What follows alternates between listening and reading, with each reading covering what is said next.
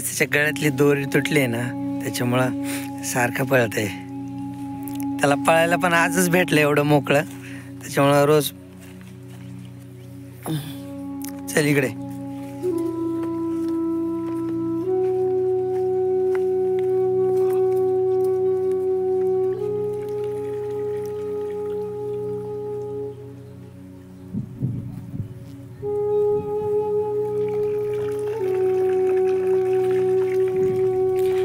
आपल्या मोत्याला बांधलंय इकडं म्हणजे इथं बांधलंय त्याला आईने बांधलं इकडं. तर ह्याला इकडं बांधलंय कारण भैयाने ह्याला लय मारलंय रात्री. मी तर म्हणलं हाडबीड मोडले का काय. भैयाने ह्याला मारलंय रात्री, मला शिव्या दिल्या. मला म्हणलं कशाला कुत्रा आणलंस. परत आईन भैया मला म्हणले तू काय काम करीत नाहीस काय नाहीस. मी इतकं काम करतो का नाही जनावरांचं, तरी मला आईन भैया रात्री म्हणले तू काम करत नाहीस काय नाहीस. आणि परत कुत्र्याला मारलं,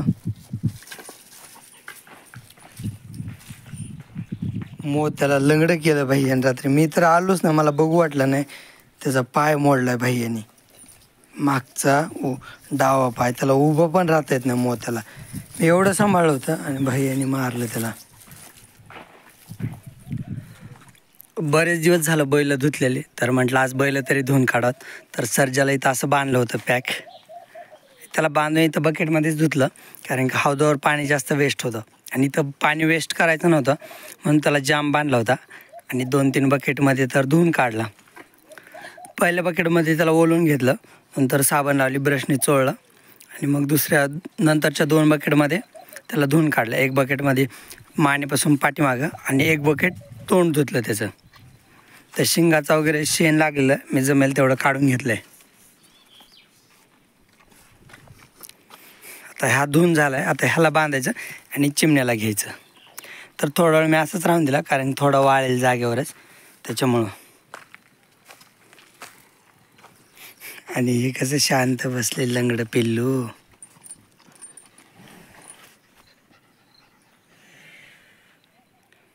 सर्जा वाळ आहे, पण त्याला आता त्याच्या जागेवर बांधतो आणि चिमण्याला पटकन धुवून घेतो. चिमण्याला पण 2-3 बकेटमध्येच धुवून घ्यायचं. त्याच्यामुळे मी त्याला चांगलं धुण्यासाठी असं पॅक बांधलं होतं इकडून लिंबाच्या खोडाला.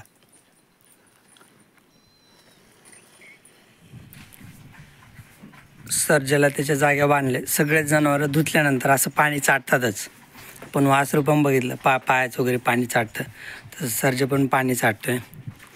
आता चिमण्याचा नंबर.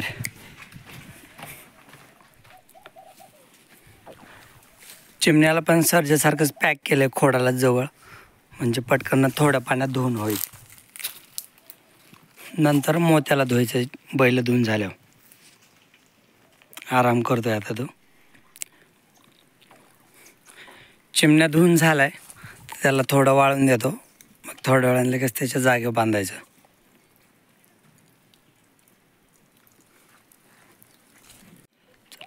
चिमण्याला त्याच्या जागेवर बांधतो, मग लगेच मोत्याचा नंबर. मी धुतलं ह्या लांगड्याला आणि हे कसं गुळ पुसून घेत आहे. मी ह्याला साबण लावली ना, त्याच्यामुळे थोड्या वेळानं परत धुणार आहे. पण त्याला थोडं गंगा कशी करते त्याला.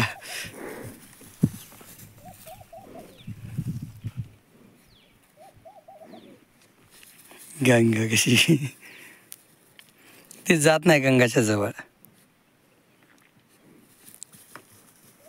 हे लांब पळत आहे. गंगाने मान हलवली की.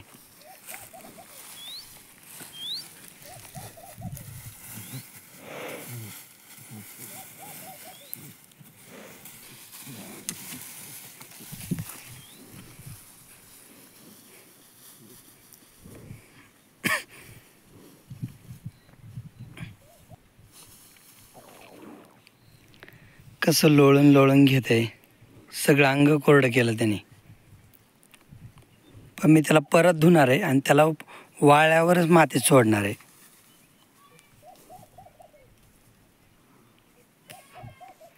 गंगा त्याला जवळ देत नाही.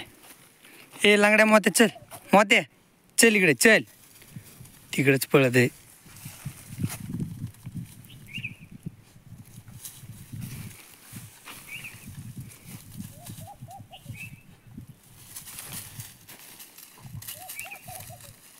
उन्हात बसते त्याला.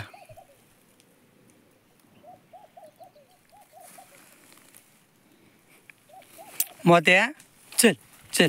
चला आता ह्याला मी धुवून घेतो आणि सगळं पुसून घेतलं आहे, पण साबण लावलेली पण थोडी वाळली. तर त्याला मी परत धुतो. त्याला माती सोडतच नाही, वाळल्यावर सोडतो मातीत. पण वाळल्यावर सोडलं तरी ते तिथं पाणी सांडून चिखलात बसतं थंड हवेमुळं. एवढा उन्हाळा होईपर्यंत मग पावसाळ्यात नाही बसणार चिखलात. मग पावसाळ्यात ते बसायला कोरडी जागा शोधणार.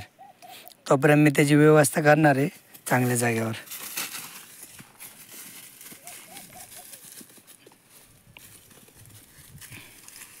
चल मोते मोते चल. ऐकत नाही ते आता. आपण जास्त त्याला मोकळं सोडत नाहीत ना, त्याच्यामुळे ते मोकळं सोडल्यावर परत जवळ येत नाही. त्याला वाटतं बांधतात काय की. त्याला माहिती आता जवळ आलं की बांधणार, त्याच्यामुळे ते जवळ येत नाही बोलवलं. पण असं जवळ जाऊन धरलं ना तर मग गट्ट लगेच. बघा इथंच आहे.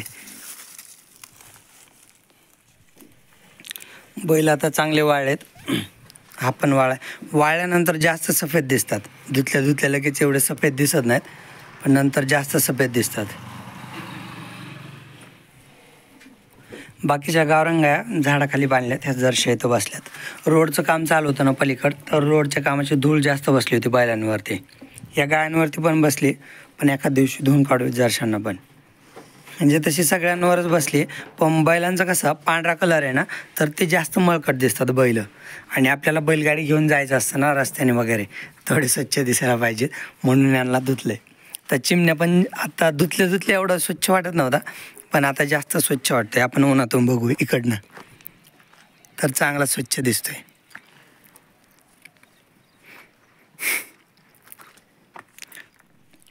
आता लई उन्हात काम केले. आता मी ताक पितो मस्त. याच्यात मीठ टाकतो आणि ताक पिऊन घेतो. म्हणजे एवढं मला सरणार नाही, मी 3 ग्लास पिणार. आज आईला पण उशीर झाला कपडे धुवायला. अद्रक काढायची चालू आहे काटूनात. आईने इथला गहू वाळू घातला आणि जी बाज होती इथं तर ती बाहेर शिफ्ट केली. आई बाज कुठे ठेवली ग? मला तर वाटतं ह्या पिल्ल्याला 1 महिना झाला आहे. हे ते रोज पण करायचं शिकले. म्हणजे एवढं खात नाही ते, थोडं थोडं खातं आणि बघा रवंत करते. आलं बरं का पोटातून रवंत त्याच्या तोंडात. आता चावायला लागलं. एवढं फुल रवंत करत नाही, थोडा थोडा करते जीभ बाहेर वगैरे काढत. पण ते शिकते आता. त्याला बरेच दिवस झालं खायला पण शिकलं ते, तर रवंत पण शिकते.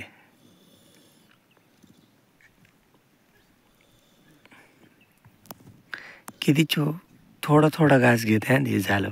घेतला डबल पोटातून, आला तोंडात, लागलं चावायला थोडं.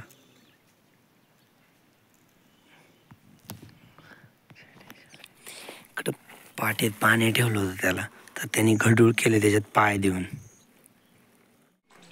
बैलांची चालू आहे दुपारचा आराम. पण आता मी आराम बंद करतो त्यांचा आणि बैलांना घेऊन जातो काटवणात. काटवण थोडंसं नांगूर हाणायचं आहे, त्याच्यामुळे ट्रॅक्टरचा थोडा कमी पडला आहे. त्याच्यामुळे आता बैलांना घेऊन जातो काटवणात. बैलगाडी घेऊन आपल्या काटवणाकडच्या शेतात आलो आहे. तर इथं कॅरेट भरून ठेवलेत. तर नांगराचं तास हाणायचं होतं, पण भाभी म्हणल्या की तास पुरेल, काडीपर्यंत पुरेल. मग त्याच्यामुळे आता बैलगाडीत कॅरेट ठेवून घेतो. आपण मोटरसायकलवरच नेत होतो, पण आता रस्ता व्यवस्थित झाला आहे तर आता बैलगाडीत न्यायचे. म्हणजे बघतो पप्पा पाठीमागून येणार आहेत, मग ते काय म्हणतात बैलगाडीत न्यायचे की मोटरसायकलवर न्यायचे. 7 कॅरेट आहेत. मला तर वाटतं बैलगाडीतच न्यावं लागतील. आणखीन भाभीन त्या काढतात पण. मग नांगूर हाणायचं की नाही पप्पा आल्यावरच ठरवतील. कारण की भाभीन त्या म्हणले आम्हाला संध्याकाळ दिवस मोळेपर्यंत आहे काढलेली अद्रक. तर मग आता मी कॅरेट बैलगाडी ठेवून घेतो.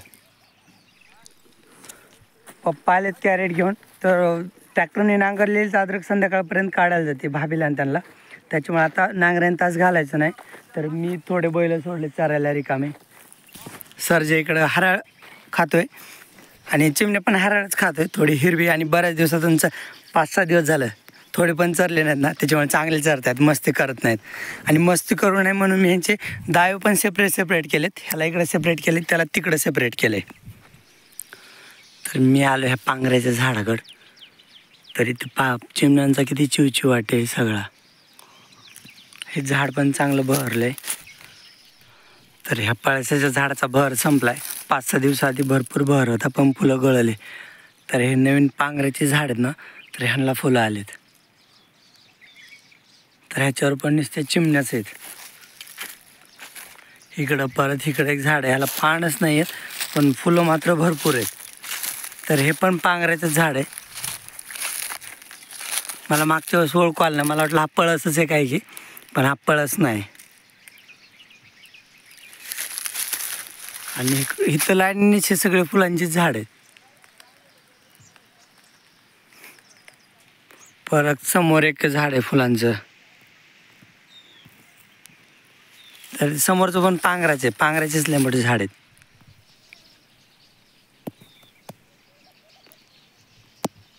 याच्यावरनं बारीक बारीक चिमण्या आता बारीक बारीक चोचीच्या. कॅरेट शिफ्ट करून घेतल्यात बैलगाडीत. पप्पावरती ते कॅरेट राहिले त्याच्यात अद्रक भरतात खालचे. मग झालं, वरचे 2 कॅरेट ठेवायचे बैलगाडीत आणि घेऊन जायचं. नांगरीच तास तर नाही काढलं. बैल तिकडं चरतायत सेपरेट. आता काय ना मित्रांनो, आता म्हणजे सध्याला आता शेतीतले काही कामच नाहीत ना, त्याच्यामुळे मी फक्त जनावरांचंच दाखवतो. म्हणजे आपलं जे रेग्युलर डेली काम असतं ते. आणि यावर्षी पाऊस काय नाही त्याच्यामुळे शेतात पण नाही, नाहीतर आपल्या शेतात पण कामं चालू असतात. तर पाऊस पडला मग आपण दाखवू पेरणी वगैरे कशी करतात, मशागत वगैरे कशी करतात शेतीची ते. आणि सगळं हिरवं असलं ना बघायला पण चांगलं वाटतं. तर मी तसं पण टाकायचा प्रयत्न करेन. पण आता सध्याला मी जनावरांचंच टाकतो, कारण की रेग्युलरचंच काम आहे ना जनावरांचंच, त्याच्यामुळं. हे जवळ आले आणि मस्ती करायला, म्हणजे यांचं पोट भरलं आहे. आता ह्यांना घरी घेऊन जातो, कारण घरी पण बाकी जनावरांना खायला टाकायचं, ऊस आणायचं आहे. त्याच्यामुळे ह्यांना घेऊन जातो. हे मस्ती करतात. आत्ता मस्ती बंद केली मी जवळ आल्यामुळं, नाहीतर मी लांब होतो तेव्हा मस्तीच करत होते. आणि ते मस्ती करण्यासाठी जवळ आले होते एकमेकाच्या. ह्यांना आता घरी घेऊन जातो. नाटकी हा पण खायला लागला आणि तो पण खायला लागला. मी जवळ आले, त्यांना माहिती आता मी घेऊन जाणार आहे. काटवणातून आलो घरी, कॅरेट खाली केले अद्रकचे. कॅरेट घरी ठेवून परत बैलगाडी घेऊन आलो ऊसाच्या शेतात. तर ऊसात भैयाने ऊस तोडून ठेवलेला आहे शेतात अगोदरच. इथं एवढा ठेवला आहे आणि इथं पण ठेवला आहे. तर मला ऊस बघूनच जास्त तोडला असं वाटतंय, पण चला उद्याच्याला होईल. तर आता मी बैलगाडीत ऊस भरून घेतो. बैल धुतल्यामुळे एकदम पांढरे शुभ्र वाटत आहेत आज सकाळपासून. तरी सर्जाने लघवी केली आणि तिथंच बसला, त्याच्यामुळे पलीकडल्या साईडने भरला आहे. ऊस भरला बैलगाडीत, मागून पॅक पण केला आहे, म्हणजे थोडा आवळला आहे. तर जातो कुट्टी करायला घेऊन. इकडं कुट्टी करायची चालू आहे आणि इकडं मी गायला खायला टाकले, वृंदाला टाकायचं राहिले. एक कॅरेट भरलं की मी टाकतोय जनावरांना खायला आणि भैया तिकडून ऊस लावतोय. वृंदान खिल्लरी मारामारी करतात.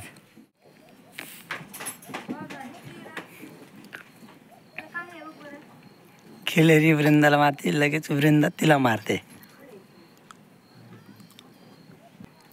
ते आता खातच नाहीत, एकमेकीला बघत बसतात.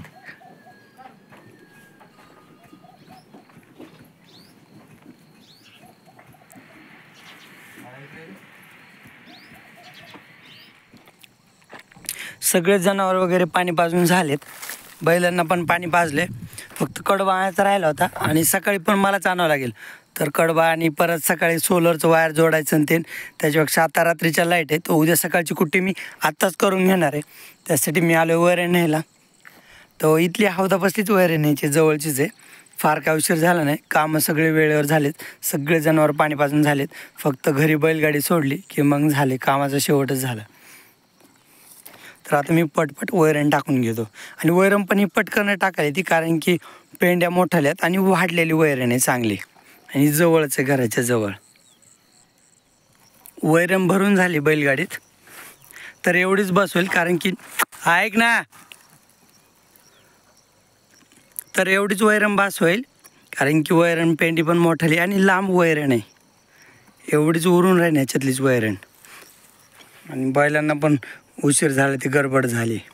चिमण्या थोडा ढिल्ला सोडला मी, पलीकडून वैरण टाकायची होती म्हणून. तर थोडा हालचाल करतोय चिमणे. चला आता जातो घरी घेऊन बैलांना.